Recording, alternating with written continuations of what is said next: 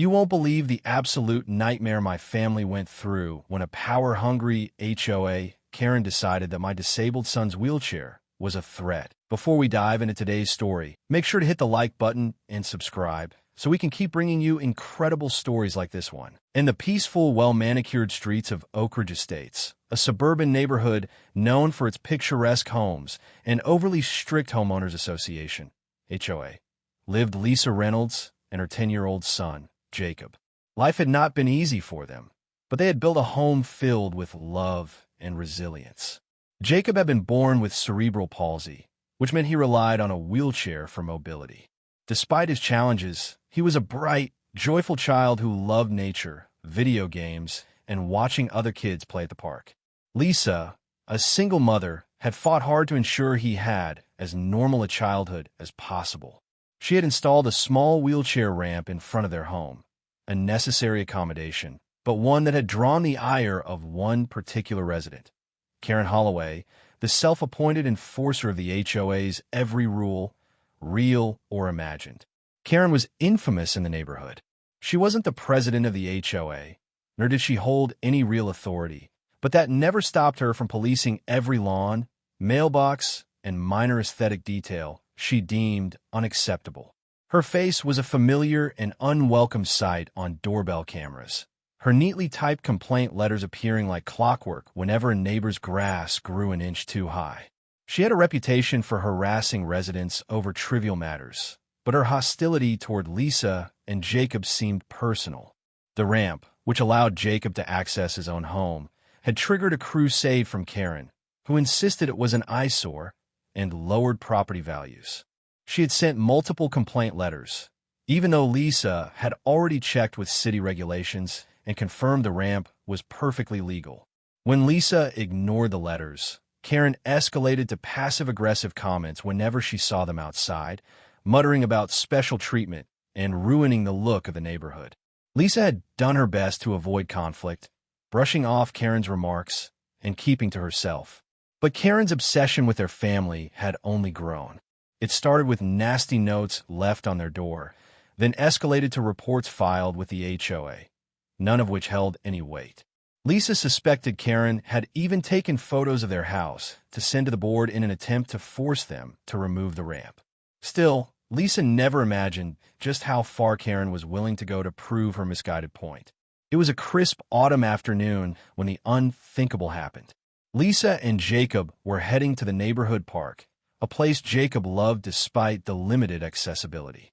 He enjoyed simply watching other children play, feeling the fresh air, and feeding the ducks at the pond. Lisa had parked their van near the sidewalk, carefully unloading Jacob's wheelchair, as she always did. She was in the process of adjusting his seatbelt when she heard the familiar, dreaded voice behind her. "Oh great, blocking the sidewalk again," Karen scoffed, her arms crossed tightly over her chest. She stood a few feet away, wearing her signature scowl and a visor that made her look like she took her fake authority far too seriously. Lisa exhaled slowly, refusing to let Karen ruin their day. "We're not blocking anything, Karen. Just getting my son into his wheelchair." Karen stepped closer, her expression darkening. "I've told you before, that ramp of yours violates HOA policies. And so does that giant wheelchair taking up space everywhere you go." Lisa stiffened. "First of all, the ramp is legal. Second, Jacob's wheelchair is not a problem. You are." Karen's lips curled in disgust. "We all have to follow the rules, Lisa. You don't get special privileges just because of—" She gestured vaguely at Jacob. His situation. Jacob, sensing the tension, clutched Lisa's arm. "Mom, can we just go?" he asked softly.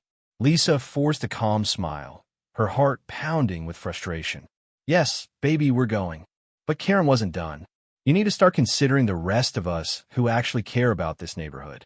Your ramp, your van always parked in front of your house, and that thing," she pointed at Jacob's wheelchair, "are making our community look bad." Lisa's blood boiled. "Say one more thing about my son, and I swear." Before she could finish, Karen did something unthinkable. With an enraged huff, she reached into her purse and pulled out a small black canister, pepper spray.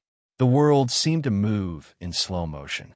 Lisa barely had time to register what was happening before Karen pressed down on the nozzle and sprayed directly at Jacob's face. A sharp, agonized scream tore from Jacob's throat as the burning mist hit his eyes. He thrashed in his wheelchair, his small hands frantically rubbing at his face as the unbearable pain set in. Lisa's mind blanked in horror before snapping into action. She lunged toward him, grabbing his hands to keep him from rubbing the spray deeper into his skin. Nearby parents gasped, their conversations silenced by the sheer brutality of what had just happened. A couple of children started crying as their parents rushed to shield them from the scene. A father who had been watching his daughter on the swings dropped his phone, then snatched it up again to start recording. "You crazy bee *TCH, someone yelled from behind Lisa. Lisa was already pulling a bottle of water from her bag, frantically trying to flush Jacob's eyes as he sobbed uncontrollably. Baby, I've got you, she whispered, though her voice shook with barely contained rage. Karen took a step back, her expression shifting from satisfaction to feigned innocence as she saw the furious crowd forming. "He was coming at me with that wheelchair," she shrieked, waving her hands wildly. "I felt threatened."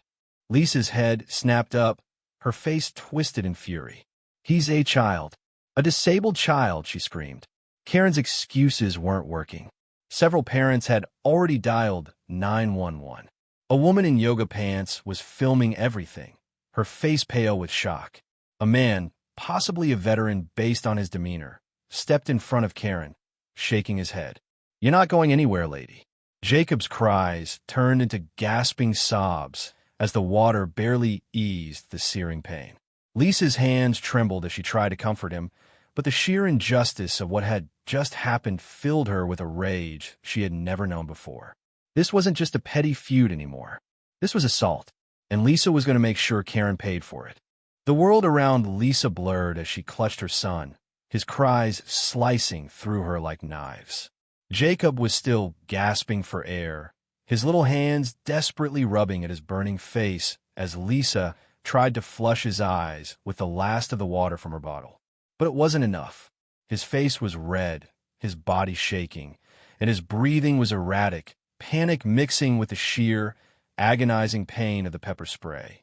Lisa had never felt this kind of rage before. It wasn't just anger. It was something deeper, something primal. The sight of her son's suffering because of a bitter, hateful woman made her want to scream. Around them, parents who had been watching their children play only moments ago stood frozen, horrified. Some had their phones out recording. Others were whispering among themselves, eyes darting between Lisa, Karen, and Jacob. And then, all at once, the murmurs turned into a chorus of outrage. "What the hell is wrong with you?" one father shouted, stepping forward with his fists clenched. "She just sprayed a disabled child." "This woman is a monster," a mother gasped. "I got it all on video," a teenager muttered, holding up his phone. Karen, instead of showing any sign of remorse, took a step back, folding her arms. "Oh, don't act like I'm the bad guy here. He was rolling toward me aggressively. I had no idea what he was going to do." Lisa saw red. She gently handed Jacob over to a kind-looking woman who had stepped forward, her face pale with shock. "I have a first aid kit in my stroller," the woman murmured, already fishing through her bag for extra water. Lisa stood. She was no longer shaking. She was no longer panicked. She was furious. She took a single step toward Karen, her voice dangerously low. "You pepper sprayed my disabled son, and you're standing here trying to justify it." Karen took another step back, her face scrunching up defensively. "Oh, please. You're overreacting. You should have been more careful. How was I supposed to know what he was planning?" Lisa clenched her fists so hard her nails dug into her palms. Before she could respond, sirens blared in the distance. The police had arrived.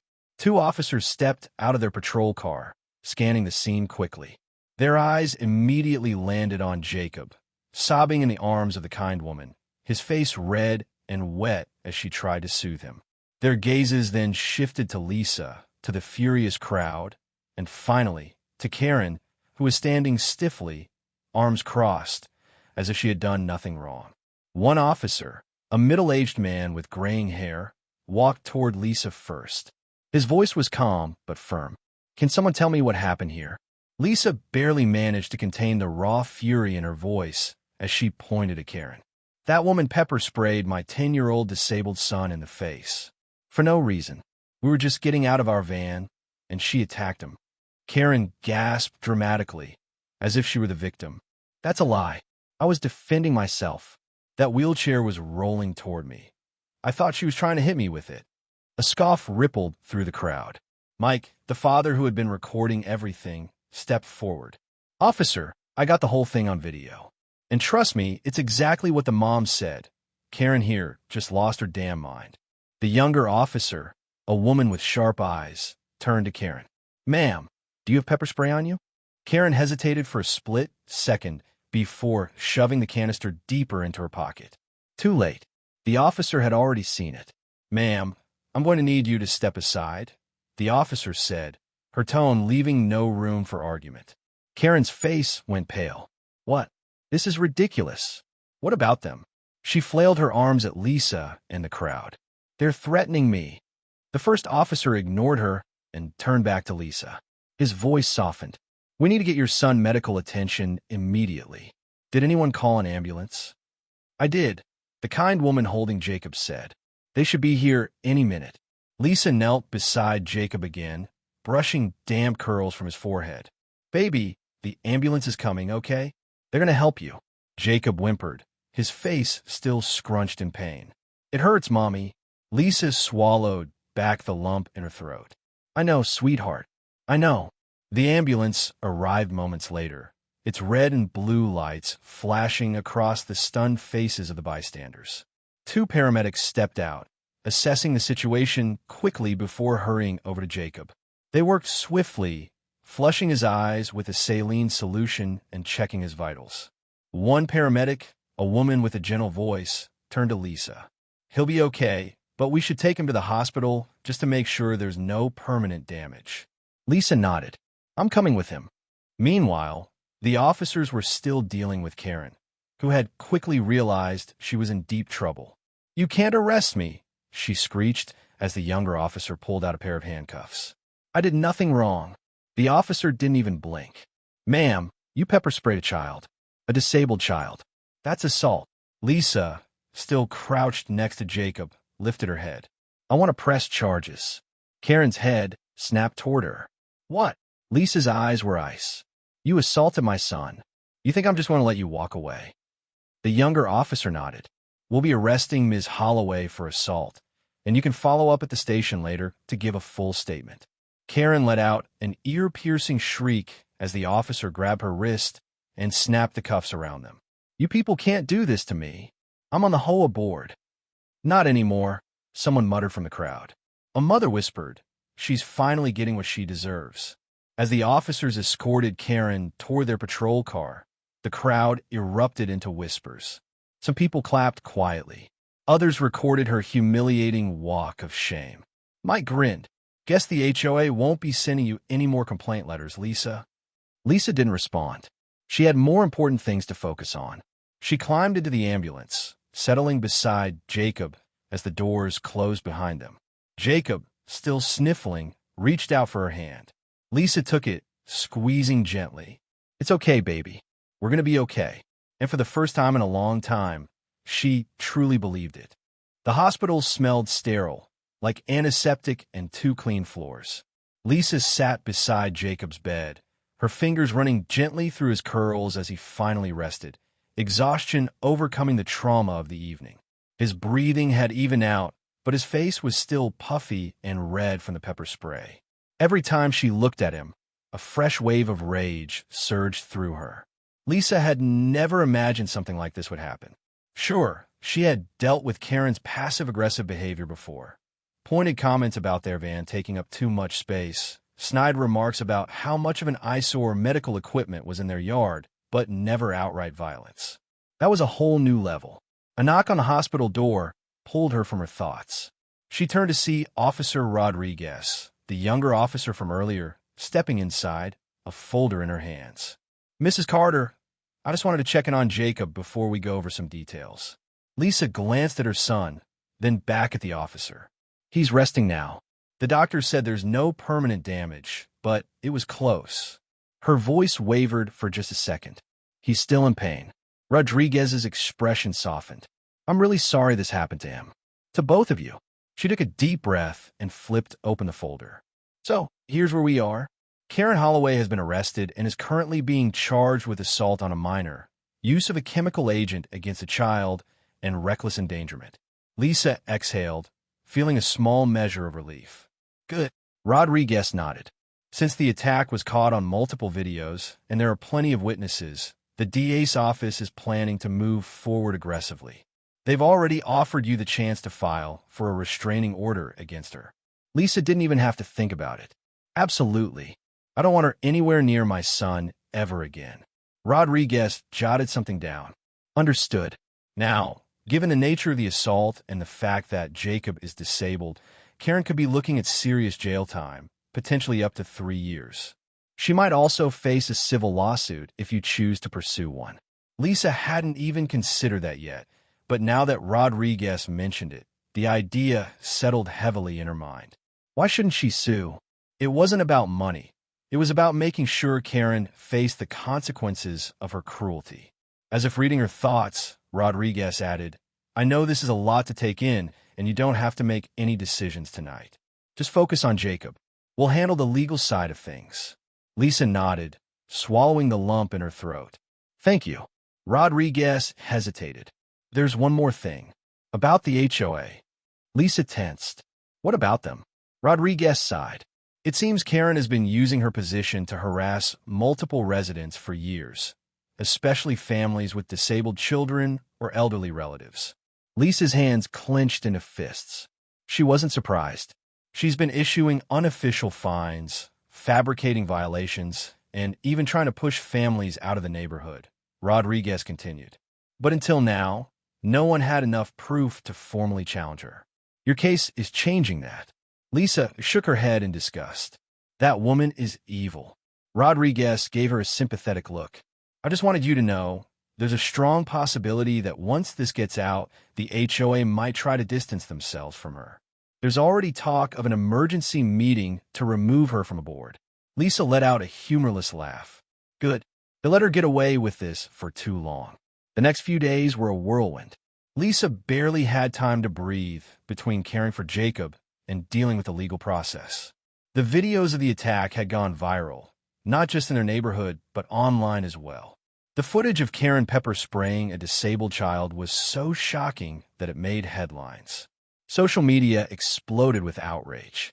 People demanded justice.